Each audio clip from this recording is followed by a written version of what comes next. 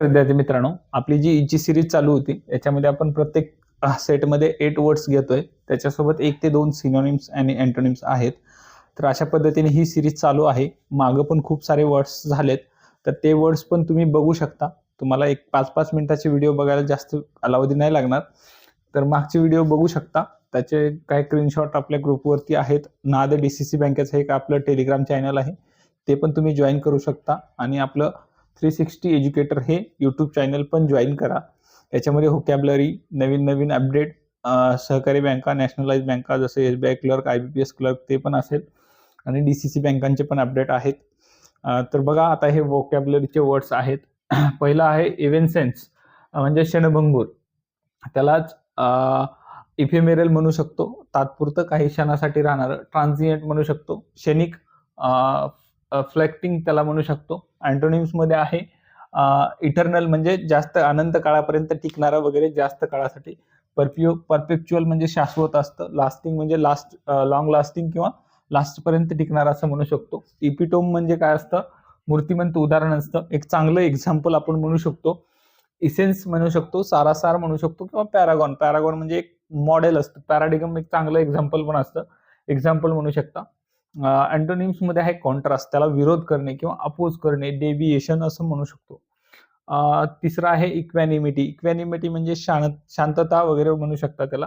काम शांत आहे. ट्रँक्युलिटी म्हणजे शांतता. सेरेनिटी म्हणजे पण शांत मनाचा किंवा असं. अँटोनिम्स मध्ये आहे एन्झायटी, चिंता असतं. इरिटेशन असतं, तुम्हाला एक इरिटेड होतं तसं. ॲजिटेशन म्हणजे राग किंवा त्रागा करणे असं. इक्विटेबल म्हणजे न्याय्य.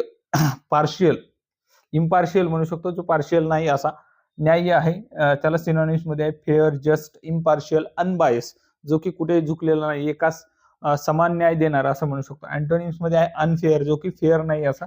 बायस आहे, एका बाजूला झुकलेला वगैरे म्हणू शकतो. पार्शियल, पार्शियालिटी जो करतो आहे असा. इनइक्विटेबल, जो इक्विटेबल नाहीये, इक्वल नाही असा. पाचवा आहे बघा इक्विव्होकल. इक्विव्होकल म्हणजे संदिग्ध आहे. अँबिगोसस आहे, डिसिजन घेऊ शकत नाहीये. ओग आहे, अंधुक आहे, डाऊटफुल आहे, त्याच्यावर डाऊट आहे. अँटोनिम्स मध्ये आहे बघा क्लिअर आहे, सर्टन आहे, निश्चित आहे. ज्याचे की डेफिनाइट आहे, क्लिअरिटी आहे, लुसिड पण म्हणू शकता तिथं. सहावा आहे बघा इरुडाईट. इरुडाईट म्हणजे ज्ञानी असतं, खूप सारं ज्ञान मिळवलेलं असतं. स्कॉलरली म्हणू शकतो, इंटेलेक्च्युअल म्हणू शकतो, टॅलेंटेड म्हणू शकतो, जेन्युअन म्हणू शकतो, जिनियस म्हणू शकतो. जेन्युअन नाही, जिनियस. अँटोनिम्स मध्ये बघा अनएज्युकेटेड आहे, अनलर्न आहे, जो की एज्युकेटेड नाही असा. सातवा बघा इसोटेरिक. इसोटेरिक म्हणजे गुप्त, मायस्ट्रियस असतं, जे की दिसू शकत नाही असं, गुप्त असं. ऑब्स्क्युअर आहे, मायस्ट्रियस आहे, संदिग्ध म्हणू शकता. अँटोनिम्स मध्ये आहे क्लिअर, लुसिड, ऑब्वियस. ऑब्वियस म्हणजे स्पष्ट दिसणार असं. क्लिअर पण म्हणू शकता, लुसंट म्हणू शकता, लुसिड म्हणू शकता. आठवा बघा एक्सपोज आहे, समर्थन करणे किंवा अडॉप्ट करणे, सपोर्ट करणे, एम्ब्रेस करणे, मिठीत घेणे वगैरे तसं वापरू शकता. अँटोनिम्स मध्ये आहे रिजेक्ट करणे, अबॅन्डन करणे, त्याग करणे, सोडून देणे, डिसअप्रूव्ह करणे.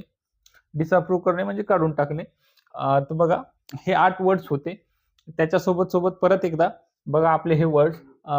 इव्हेन्सन्स म्हणजे क्षणभंगूर आहे. इपिटोम म्हणजे मूर्तिवंत उदाहरण आहे, एक्झाम्पल आहे चांगलं. इक्वॅनिमिटी म्हणजे शांतता आहे, शांती आहे.